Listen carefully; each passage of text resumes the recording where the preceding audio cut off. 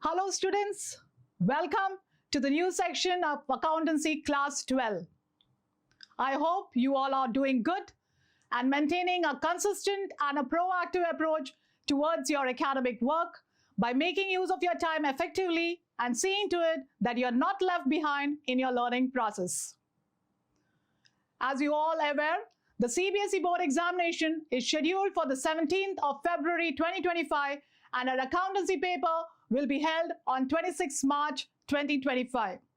And I'm quite sure you are all finished studying and started with revising. So we have come up with a series of lectures where we'll be discussing the previous year's question paper, chapter-wise as well as topic-wise, so that you get a better understanding as to what are the different types of questions being asked, what is the mark distribution, etc. So without wasting much of a time, let's get started with the first chapter, that is Accounting for Partnership Basic Concept. Well, the first topic for the day is definition and features of or characteristics of partnership. According to Section 4 of the Indian Partnership Act of 1932, partnership is a relation between partners who have agreed to share the profits of the business carried on by all or any one of them acting for all. Now in this particular definition, Section 4 has to be put into your head. Indian Partnership Act 1932 has to be put into your head because these are all MCQ questions that can be asked. And this particular definition can be better understood with the help of the features, where the first feature you have is two or more partners. As the definition states, partnership is a relation. So in a relation, the minimum number of partners required is 2 and the maximum is 50 according to the Companies Act of 2013. The Indian Partnership Act of 1932 does not prescribe for the maximum number of partners. And moreover, a minor, a person of unsound mind, or a person disqualified by law cannot be a partner. The second one is agreement, where the partners have agreed. The basic existence of a partnership is through an agreement. Now, this agreement can either be an oral agreement or written agreement. But it is not mandatory to have a written agreement, but it is always safe or good to have a written agreement as it serves as an evidence in the court of law if any disputes or conflicts takes place between the partners. And a written document containing the terms and conditions of partnership is called as a partnership deed. The third one is lawful business. A partnership firm is being organized or established or formed in order to carry on a lawful business and not for charity. Fourth is profit sharing, where the partners have agreed to share the profits or losses of the business in an agreed ratio, or maybe it will be equal in case the partnership deed is silent, or in the capital ratio. Business can be carried on by all or any of the partners. Acting for all is basically a mutual agency, where a partner is an agent as well as a principal. As an agent, a partner represents all other partners and all other partners are bound by his acts. And as a principal, he is bound by the acts of the other partner. That is why it is said a partner is an agent as well as a principal. The last one is liability. The liability of the partnership firm is unlimited, which means that the personal assets of the partners will be taken over in case the firm goes into losses or in order to meet the firm's debts. So these are the features of partnership and the definition of partnership. Now let's have a look as to what are the different questions that have been asked from this particular topic. So going to the first question for the day, assertion, each partner is a principal as well as an agent. While discussing the features of partnership, I told you in the features, business is carried on by all or any one of them acting for all. I told you a partner is an agent as well as a principal, right? So in that case, assertion is correct. Reason, as per the definition of partnership, partnership business may be carried on by all or any of them acting for all. So your assertion is also correct. Your reason is also correct. And reason is the correct explanation of your assertion. So your option B is your correct answer. Both assertion and reason are correct. And reason is the correct explanation of assertion A. The second question from the same topic, features. A partnership firm has 45 partners. While discussing the feature, the first feature, 2 or more partners, I told you the minimum per partners required is 2 and the maximum is 50. Now in this case, in this firm, already 45 partners exist and they are saying that they want to admit 7 more into the partnership, but only dash more can be admitted into the partnership according to Companies Act 2013. According to the Companies Act 2013, the maximum number of partners that a partnership firm can have is 50. So out of 50, already 45 exists. So how many more can be admitted? Is only 5. So your option C, 5 is your correct answer. The third question for the day, assertion. In a partnership firm, the private assets of the partners can also be used to pay off the debts. That is in one of the feature of partnership, liability. The liability of the partner is unlimited, which states that the personal or the private assets of the partners can be taken over to pay off the debts, right? So in partnership firm, the private assets of the partners can also be used to pay off the firm's debt. Assertion is correct. Let's look at the reason. The liability of the partners for the acts of the firm is limited.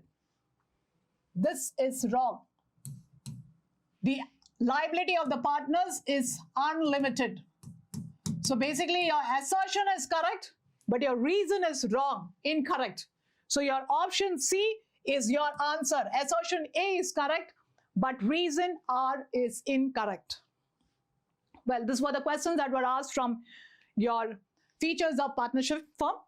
Now let's see about the second topic for the day, that is interest on capital. The amount invested by the partners into the business is called as capital.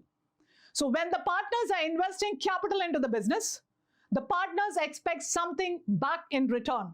And the return that the firm gives them is called as interest on capital. So you need to understand that interest on capital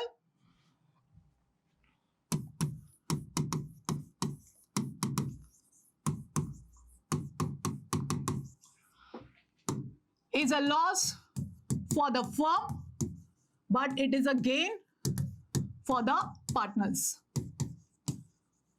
IOC or interest on capital is nominal in nature, and the rule for nominal is debit all expenses and losses.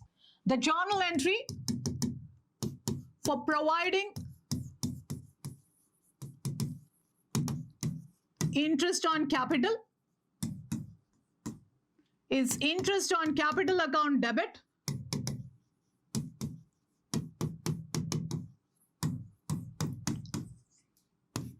to partners capital or current account. And the second journal entry for closing or transferring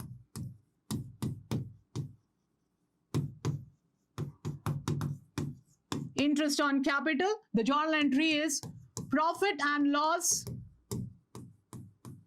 appropriation account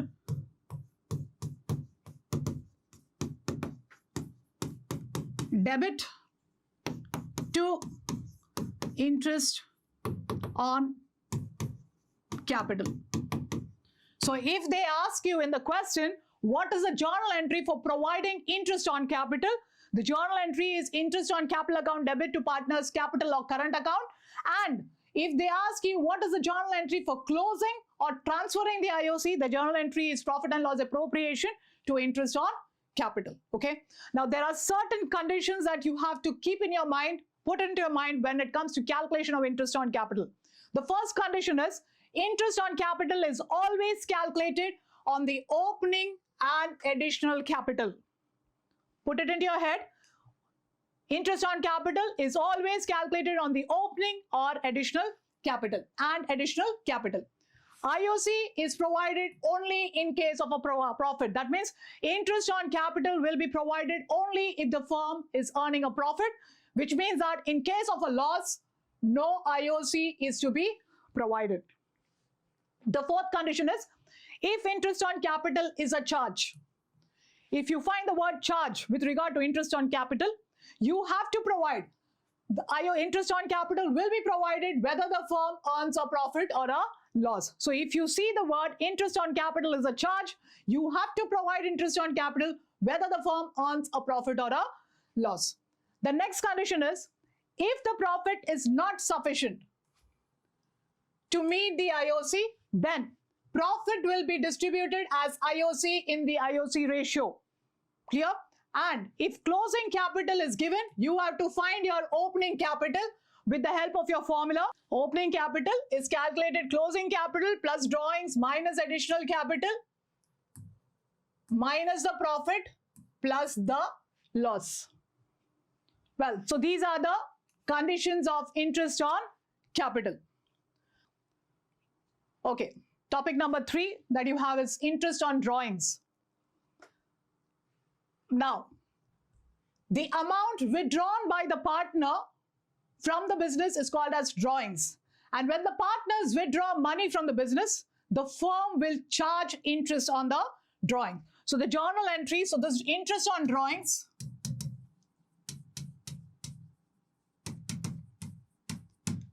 is a gain for the firm as they are charging, and it is a loss for the partner. Interest on drawing is nominal in nature. The journal entry for charging interest on drawing is partners' capital or current account debit to interest on drawings. And the second entry for closing or transferring interest on drawing, the journal entry is interest on drawings account debit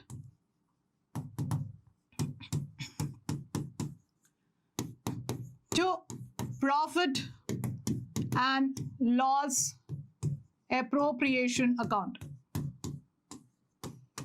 So if they ask you in the question, what is the journal entry for charging interest on drawings? The journal entry is partners' capital or current account debit to interest on drawings. And if they ask you, what is the journal entry for closing or transferring the interest on drawing? The journal entry is interest on drawings account debit to profit and loss appropriation account. Now in this particular interest on drawings, there are different cases. Okay, so the first one is when the date of drawing is not given. So if the date of drawing is not given, how do you calculate interest on drawings? So interest on drawings is equal to the amount withdrawn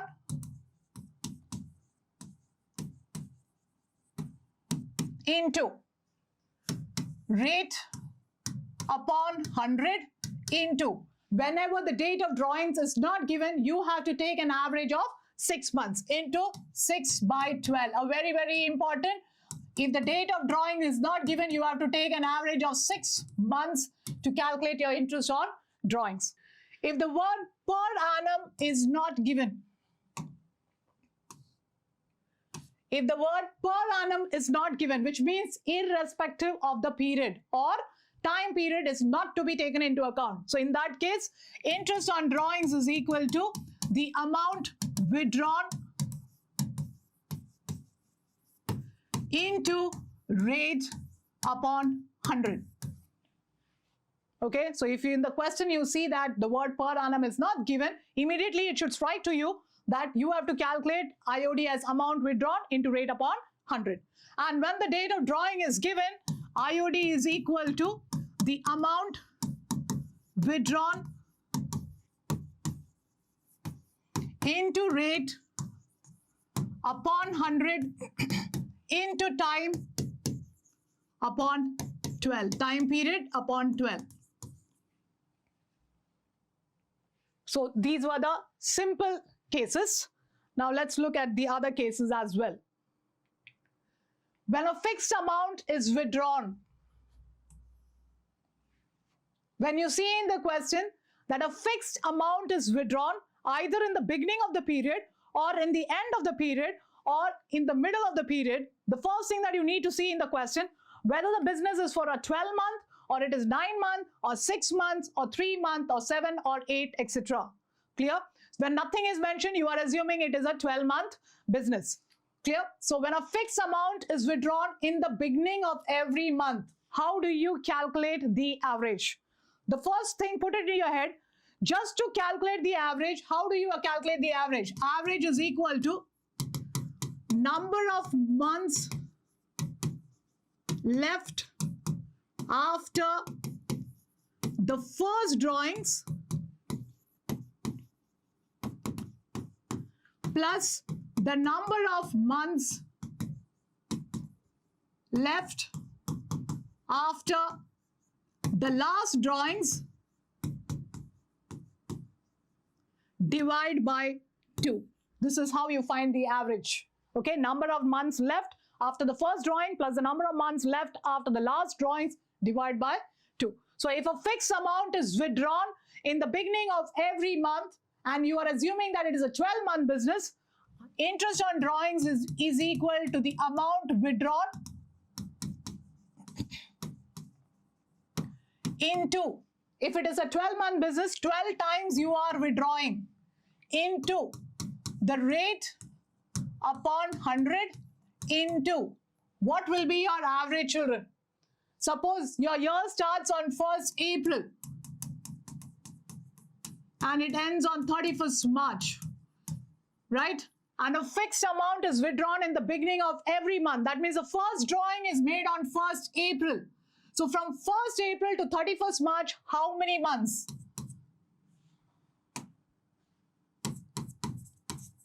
It's 12. That is the first drawings you're making on 1st April. Clear? And the last drawing you're making is on 1st of March. That means if a fixed amount is withdrawn in the beginning of every month, means that you are making the withdrawal on 1st April, 1st May, June, July, on the 1st of every month.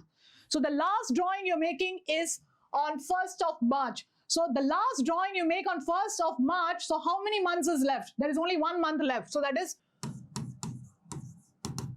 equal to 12 plus 1 divided by 2. That is 13 divided by 2. That is 6.5.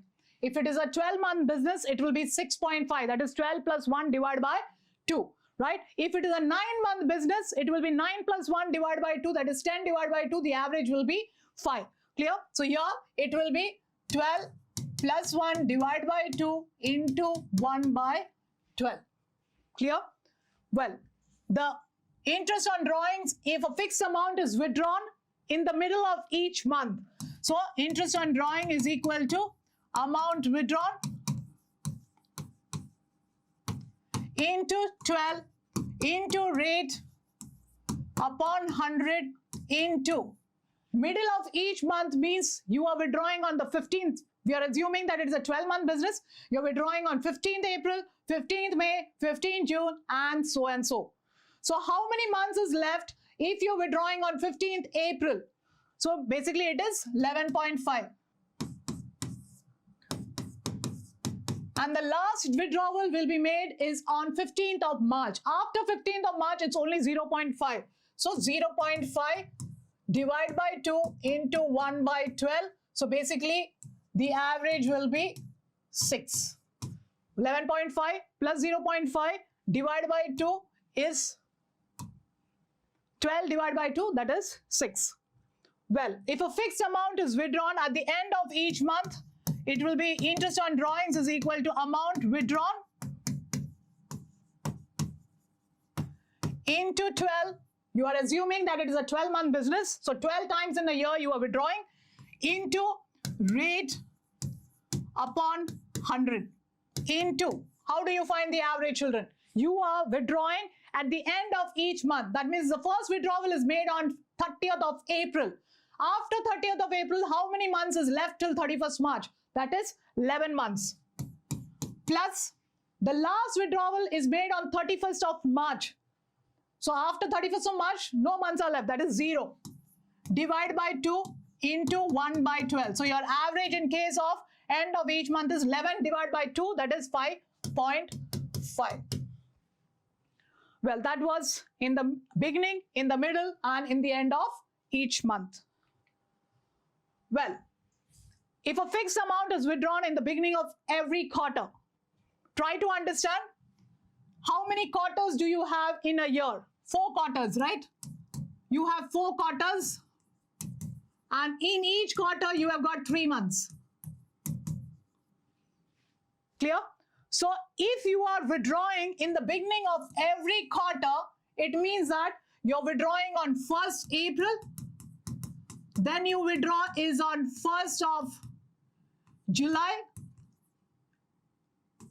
1st of October, and then 1st of January. Clear? So if you're withdrawing on the 1st of April, how many months left? The interest on drawings will be the amount withdrawn.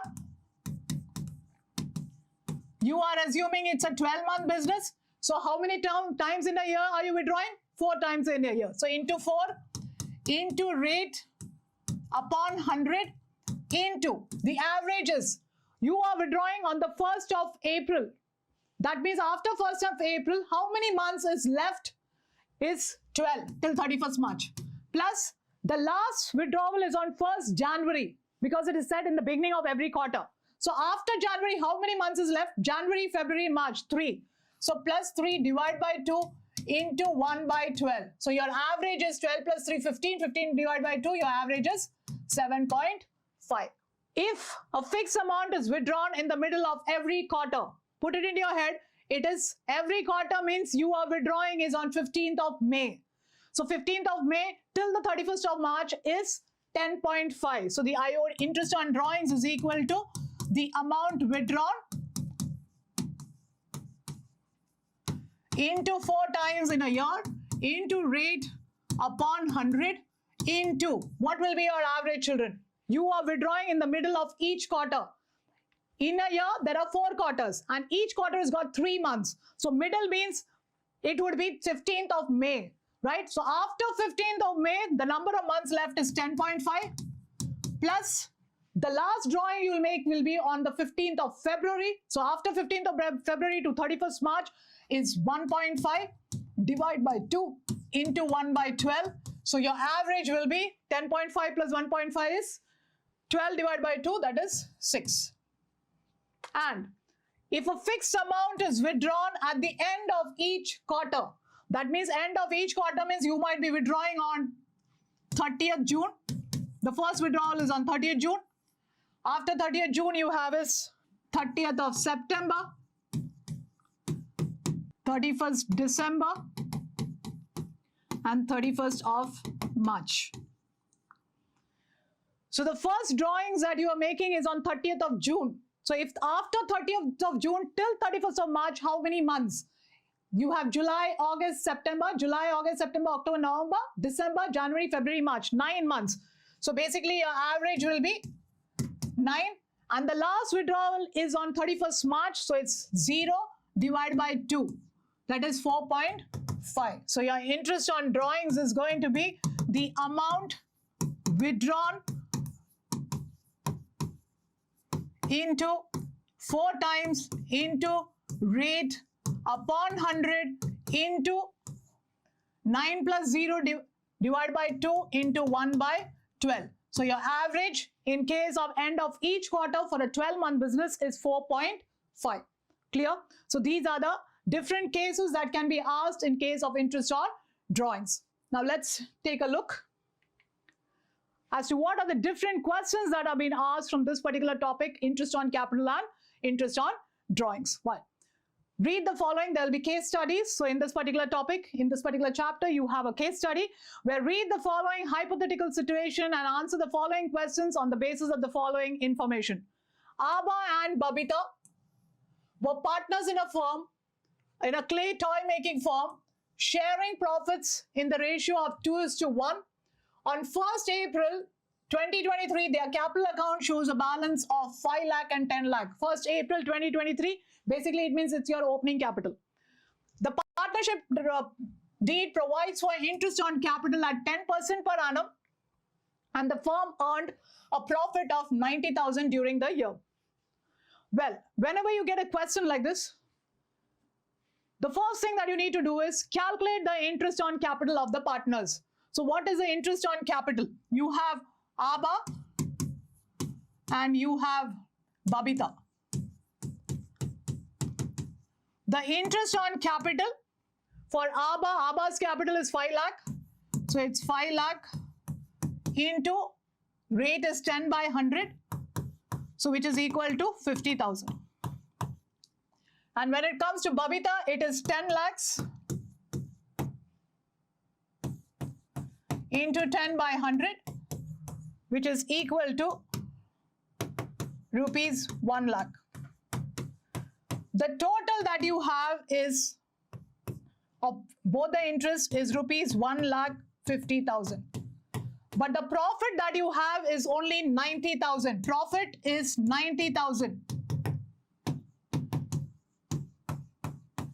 And while explaining to you interest on capital, I told you if the profit is not sufficient.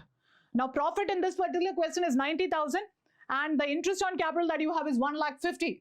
So basically your profit is not sufficient, it is insufficient. So if the profit is insufficient, the IOC will be distributed in which ratio? In the IOC ratio. So what is 50,000? And so basically your ratio is 5:10. That is 1:2. So this profit of 90,000 will be distributed in the ratio of 1:2.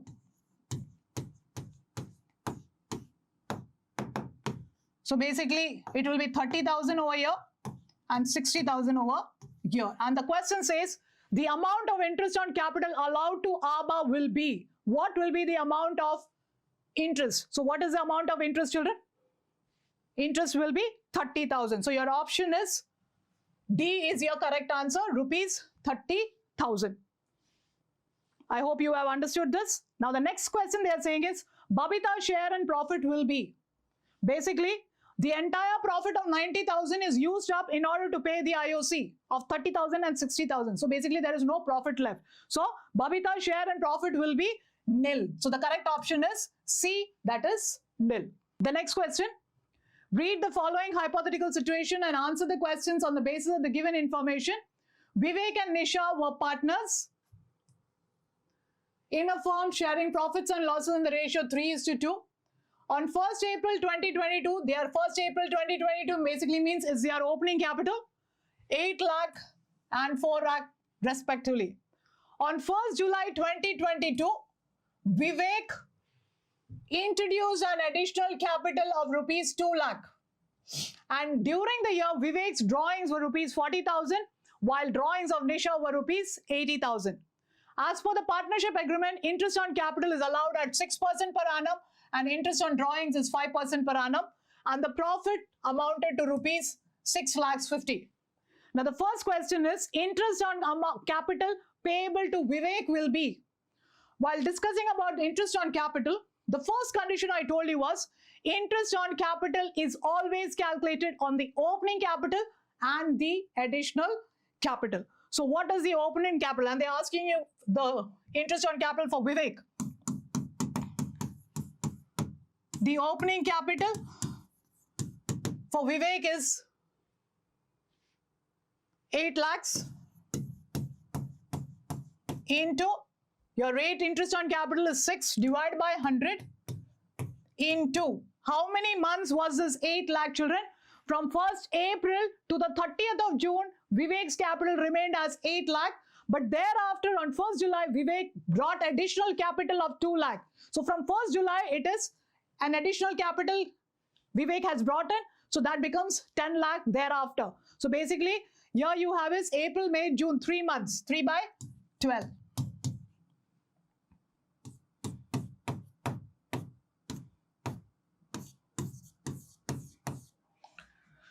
So this is rupees 12,000 and the additional capital. He brought additional capital of 2 lakh.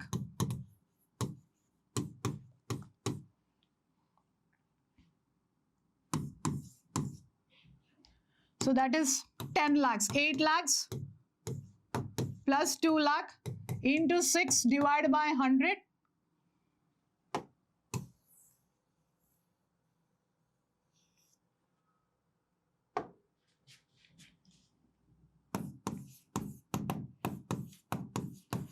Lakhs into 6 divided by 100 into 9 divided by 12.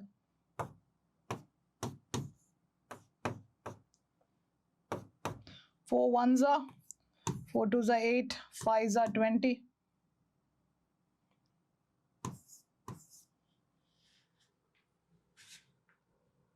So you have 2,500 into 3 is 7,500.